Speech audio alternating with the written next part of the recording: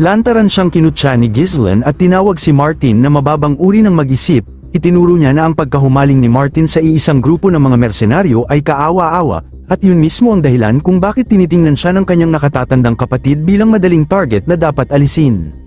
Nagngit-ngit sa hayagang pambabastos, tuluyang nawalan ng pagpipigil si Martin, hinugot niya ang kanyang espada sa bulag na galit at naghanda sa pag-atake. Biglang bumigat ang hangin sa silid, panang nakakapasong layuning pumatay na halos maramdaman sa balat.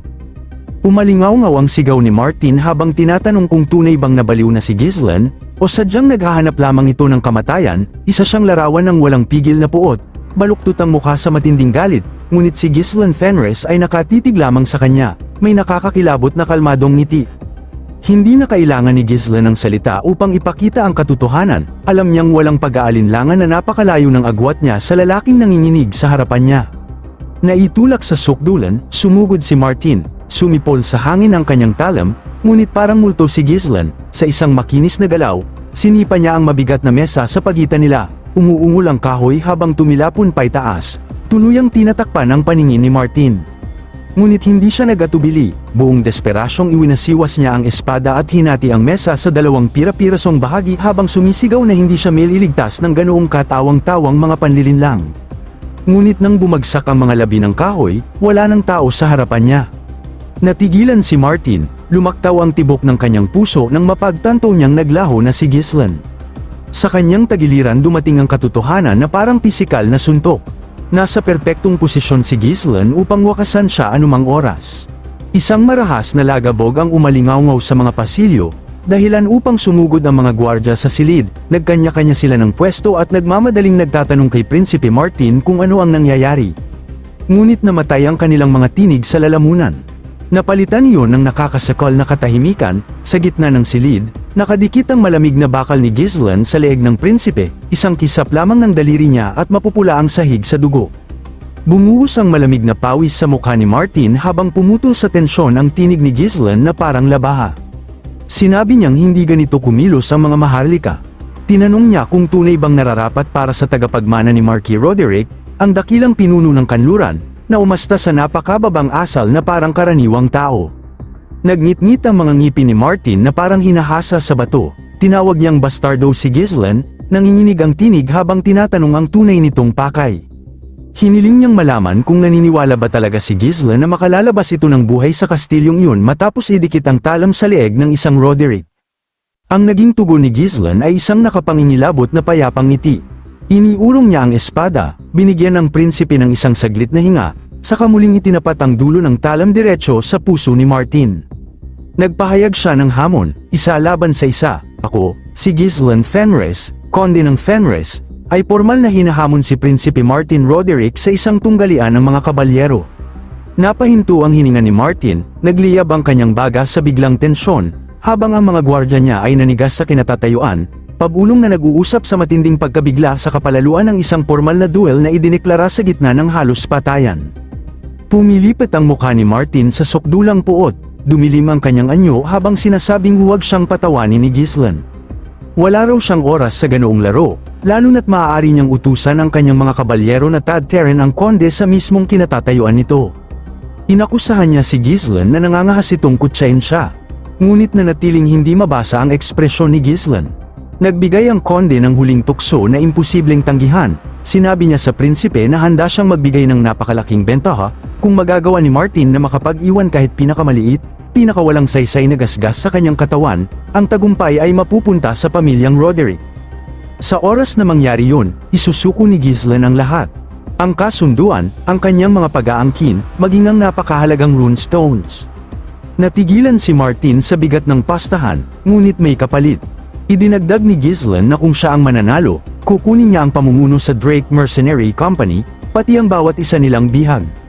Nagliyab sa galit ang mga gwardya, tinawag nila itong sukdulang kapalaluan at nakiusap sa prinsipe na ipag-utos agad ang pagdakip sa kanya. Ngunit si Martin ay nagpakawala lamang ng pilit at nerbyosong tawa. Sinabi niyang totoo pala ang mga usap-usapan, baliw na raw si Ghislaine mula pa noong kabataan nito bilang Panginoon ng Perdim. Panang puot ang kanyang mga mata habang sinasabi kay Ghislaine na sa paghingi ng ganitong kondisyon, para na rin itong hinukay ang sarili niyang libingan. Lumipat ang tagpo sa looban ng kastilyo, Bumubuhos ang malakas na ulan sa malamig na batong sahig habang magkaharap silang dalawa, napapalibutan ng mga tapat na kawal ng prinsipe. Lumapit ang kapitan bilang mabagsik na tagahatol ng laban. Tinawag niya sina Prinsipe Martin Roderick at Conde Gislen Fenris upang manumpa sa kanilang dangal bilang mga kabalyero, na magiging patas ang tunggaliang nito, at walang sama ng loob na mananatili kapag napagdesisyonan na ang resulta. Maikli at matalim ang tugon ni Gislen, "Ako'y sumusumpa." Parang latigong pumutok sa hangin, ngunit hungkag ang dangal ni Martin. Sa likod ng kapitan, pabulong niyang iniutos sa kanyang mga tauhan na kung may mangyari man sa kanya, anuman ang maging resulta ng tunggalian, dapat nilang patayin agad si Gislen. Nasagap yun ng matalas na pandinig ni Gislen, na pabuntong hininga siya at sinabing ito mismo ang dahilan kung bakit nananatiling mababang antas na mandirigma ang prinsipe. Dahil nagpapadala ito sa napakababaw at kahabag-habag na panunulsol. Nagliliyab sa galit, sumigaw si Martin na manahimik siya at sumugod. Humataw si Martin ng mabigat na pailes na hiwa, ngunit madaling sinalag iyon ni Gislen.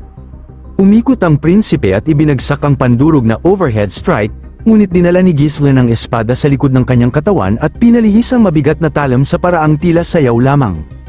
Gumanti si Gislen ng tagilid na hiwa na nagpilit kay Martin na tumalon pa itaas. Habang nasa ere, umikot ang prinsipe at ginamit ang puwersa upang ibagsak ang espada ng buong lakas. Ngunit sinalubong yun ni Gislen ng pataas na salag na yumanig sa mga buto ni Martin. Pagdapo pa lamang ng kanyang bote sa putik, agad siyang sumugod muli sa desperadong tusok na nakatutok sa bungo ni Gislen. Nagsalpukan ng bakal sa bakal habang nananatiling nakatayo si Gislen. Sunod-sunod na mabilis na atake ang pinakawalan ni Martin, at sa isang saglit ay tila napapaatras si Gislen patungo sa malalaking tarangkahan ng kastilyo. Nakakita ng pagkakataon si Martin nang umiwas si Gislen sa isang tusok, dahilan upang bumaon ng malalim ang espada ng prinsipe sa kahoy ng tarangkahan. Humataw ng mababa si Gislen para sa mga paa, ngunit ginamit ni Martin ang nakabaong hawakan bilang tuntungan at tumalon pataas, nilampasan ang talam. Nakita niyang lantad ang likod ni Gislen, sumigaw siya na tapos na ito habang ibinabagsak ang espada sa walang depensang leeg ng konde. Sa saglit na yon, bumagal ang mundo ni Gislen, pinakawalan niya ang kanyang aura, isang kumikislap na balabal ng enerhiya na bumalat sa kanyang katawan, katulad ng mahiwagang mandirigmang nakita niya noon sa kanyang mga panaginip. Kumilos iyon na parang perpektong radar, nararamdaman maging ang panginginig ng hangin. Sa mismong oras na pumasok ang espada ni Martin sa abot ng aura, gumalaw ang kamay ni Gislen ng higit sa tao ang bilis. Nasalag niya ang atake mula sa kanyang blind spot nang hindi man lang lumilingon. Nawasak ang mundo ni Martin, napasinghap siya, hindi makapaniwala sa nakita, pautal-yutal na nagtatanong kung paano naharang ang atakeng mula sa blind spot.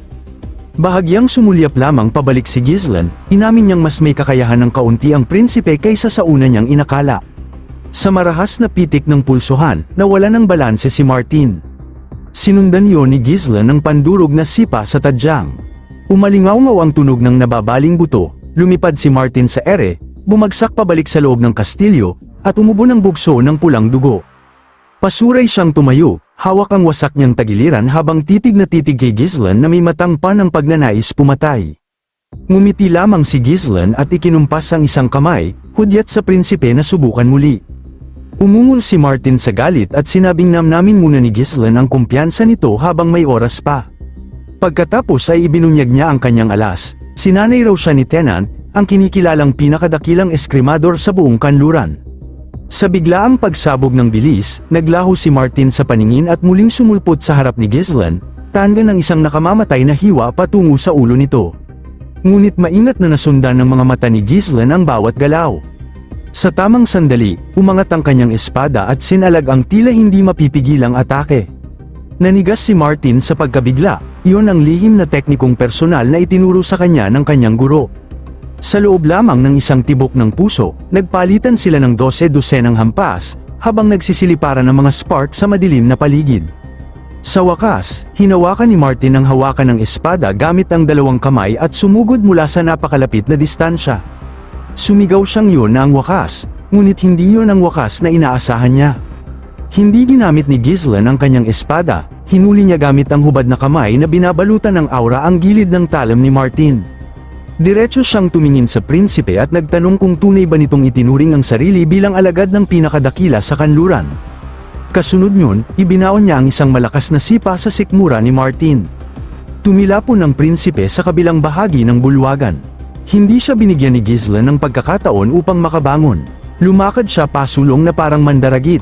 Natarante si Martin at sinubukan ang huling desperadong pailes na atake mula sa harapan. Ngunit pinalisyon ni Ghislaine pababa sa sahig.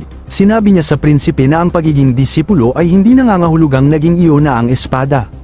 Sa isang kisap mata, isinagawa ni Ghislaine ang perpektong umiikot na kontra-atake, ang mismong teknikong ginamit ni Martin kanina. At sa isang malalim na hiwa, nilaslas niya ang lalamunan ng prinsipe. Namilog ang mga mata ni Martin, doon niya napagtantong hindi lamang kinontra ng konde ang estilo ng kanyang maestro. Pinahusay pa niya yon sa mismong sandali ng laban. Ang huling galaw ni Ghislaine ay isang mabagsik na tusok sa tiyan ni Martin.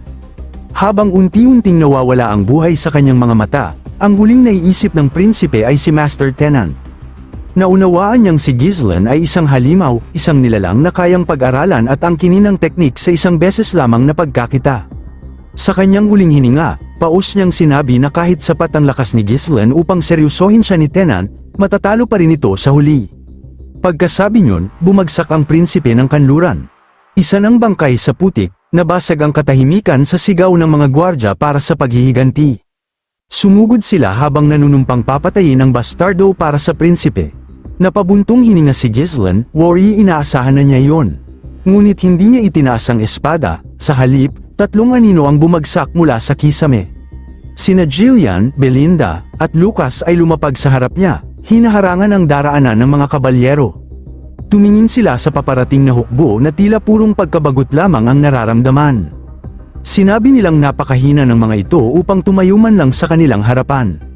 Lumipat ang tagpo sa malamig at nakakatakot na Eclipse Castle sa loob ng Delphine Duchy, nakaupo si Raoul sa kanyang tanggapan, Panginoon ng sarili niyang madilim na sapot ng impluensya, hanggang sa ipahayag ng isang kawal ang pagdating ng panauhin, nag-angat ng tingin si Raoul, may matalim na kislap sa mga mata, malugod niyang sinalubong ang bagong dating, si Delmoth, ang salamangkero ng ikapitong bilog at Panginoon ng Crimson Magic Tower.